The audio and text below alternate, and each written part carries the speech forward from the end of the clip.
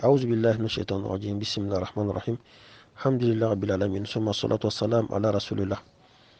وبعد جوف سانتي أو بن ينتم حلقة بجاء لقت الإردامة الحمد لله بكار ستبنا بولمينك وي زيتون دي زيت الزيتون ومي الأوليف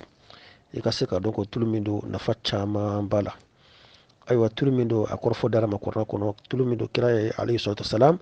أنيا مالكانا مو كون نفابالا aywa i ka se ka dɔn ko zetun o min ye yiriden do mais tulu bɛ bɔ a la aywa mais différence min yiri la i ka se ka dɔn ko tuma dɔ zetun nafa min b'a sɔrɔ a la tuma caman na i bɛ taa sɔrɔ anw fana ka situlu la o min ye beurre de karité ye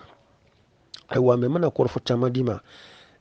zetuna tulu la a ka ca ala fɛ inshallah o la tuma dɔ i bɛ se k'o nafa fana sɔrɔ anw ka situlu la min b'a fɛ faso kɔnɔna na aywa n m'a fɔ a bɛɛ kelen mɛ a tɛ taa ka ɲɔgɔn dan sabu zetuna o min ye yiri ye a bɛ den kɛ sajatu zetun a bɛ den kɛ a den a bɛ dun a bɛ tulu bɔ ayiwa anw fana fɛ faso kɔnɔna na min ye beurre de karité ye min bɛ sɔrɔ Afrique de l'Ouest jamana kɔnɔ o la yiri de a bɛ den kɛ a bɛ tulu di donc o la a nafa bɛɛ lajɛlen bɛ taa ɲɔgɔn na o la n'i y'a fila pese ɲɔgɔn na tuma dɔ a bɛ ɲɔgɔn sɔrɔ fulakɛ bonda la sabu an fɛ farafinna kɔnɔna na tuluba ye fila ye an fɛ tuma dɔ i b'a dun a b'i fila kɛ tuma dɔ i b'a mɔ joli la a b'i fila kɛ tuma dɔ i yɛrɛ b'a kɛ a mɔ ni kɔgɔ ye dimiw la a b'o nɔgɔya ayiwa i k'a dɔn ko zetuna kazalika i b'a dun a gansan a b'i fila kɛ i b'a mɔ den na a bɛ den fila kɛ i b'a mɔ i yɛrɛ la ni kɔgɔ ye a bɛ dimiw fila kɛ donc o la an b'a fɔ a bɛ se ka comparer ɲɔgɔn na bisimilahi taala différence min b'a la zetuna o ye jiman ye anw ka beurre de karité o y'a dunnen o y'a toman ye donc a dɛgɛman donc o le y'a différence ye donc o la ala dɔ ye danni kɛ fila fila donc o la an bɛ se k'a gu ɲɔgɔn na ka se ka a bɛɛ lajɛlen nafa sɔrɔ bisimilahi taala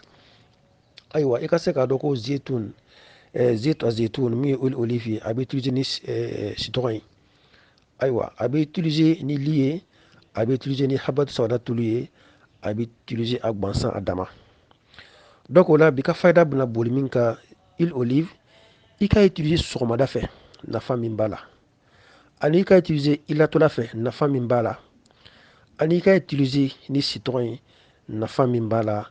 bi ka kɔrɔfɔli bɛna boli ninnu saba de kan ni ala ka jɛn bisimila ayiwa o zetun na n y'a f'i ye cogo min na a gansan bɛ utiliser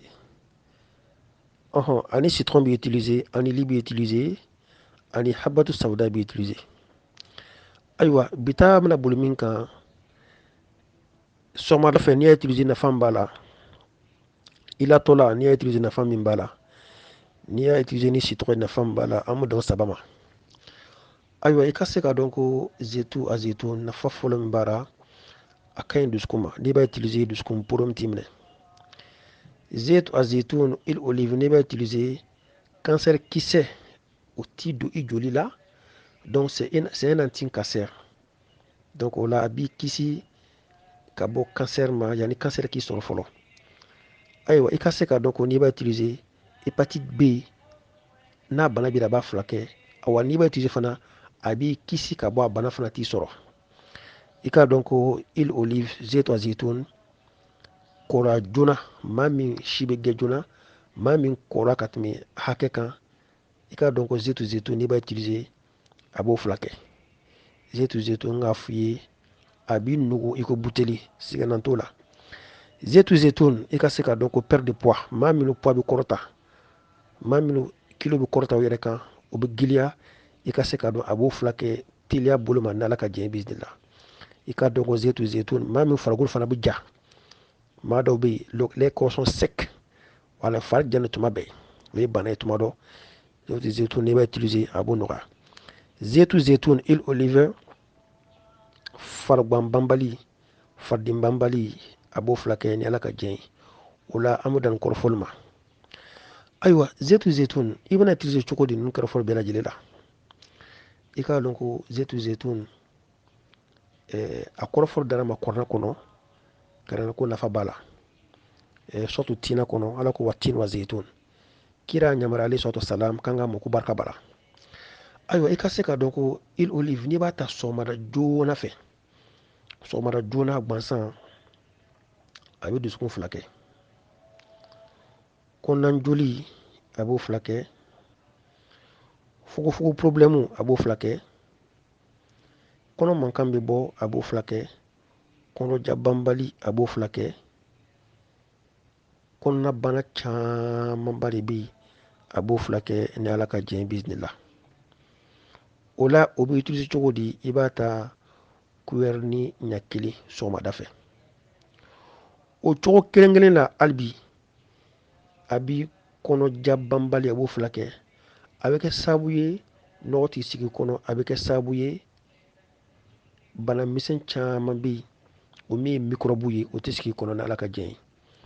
O bɛ utiliser hali bi cogo di? Cuillère ba ɲɛ kelen sɔgɔmada da joona fɛ i mana wuli. Ayiwa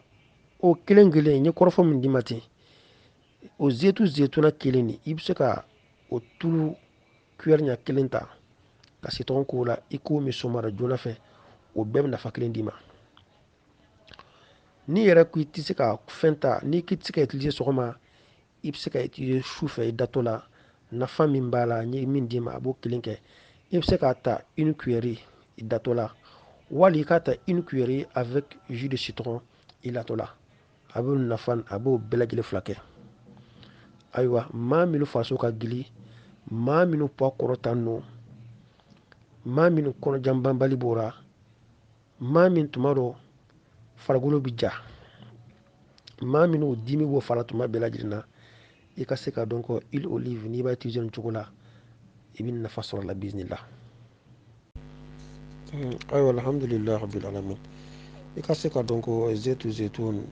maa minnu farikolo ka gili, maa minnu poids monté nɔ, ayiwa maa minnu tulu ka ca o golo la o golo kɔrɔ,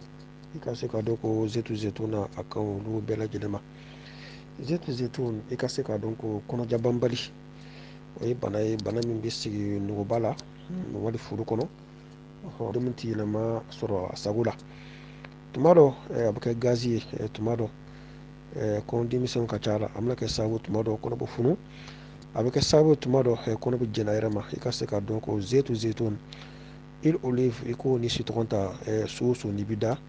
i ka se ka dɔn ko nafa b'o la biisinila. Ayiwa o min ye perte de poids n ye min f'i ye sisan yɛrɛ, zeytun na i bɛ se k'o recette kɛ huile olive avec du jus de citron, o k'o ta su o su, wali k'o ta sɔgɔmada joona fɛ ni Ala ka jɛn ye miniti 30 sanni ka dumuni kɛ, o la o ka fisa kosɛbɛ perte de poids ma ni Ala ka jɛn ye. Ayiwa maa minnu fana jarabila ni biyɛnbana ye, donc o la zeytun i bɛ se k'o ta ni jus de citron ye chaque matin miniti 30 yanni ka dumuni kɛ, i yɛrɛ bɛ se ka tile ban ten n'i ma dumuni kɛ inshallah. O la hépatite min bɛ yen, microbe min b'i kɔnɔ a b'o faga ni Ala ka jɛn ye biisinila. Ayiwa i ka se ka dɔn ko zeytun typhoïde fila le ye, furudimi fila le ye, kɔnɔnajoli fila de don, estomac fila de. A jugumanba yɛrɛ estomac jugumanba, i ka se ka dɔn ko zeytun huile olive o y'a fila ye. O utiliser cogo kelen de don hali bi, citron jus i bɛ huile olive k'o la, i b'o lamaga i k'o min sɔgɔmada joona fɛ miniti 30 sanni ka dumuni kɛ, i ka se ka dɔn ko nafa bɛ huile olive la kosɛbɛ hadamaden ka kɛnɛya taabolo la. Ayiwa alhamdulillah o la inshallah an bɛ se ka fɔ an bɛna bi ka recette jɔ ten, sabu tuma dɔ ni a kɔrɔfɔli cayara faamu bɛ gɛlɛya, mais i ka se ka dɔn ni kɔrɔfɔ min bɛɛ lajɛlen di ma bi,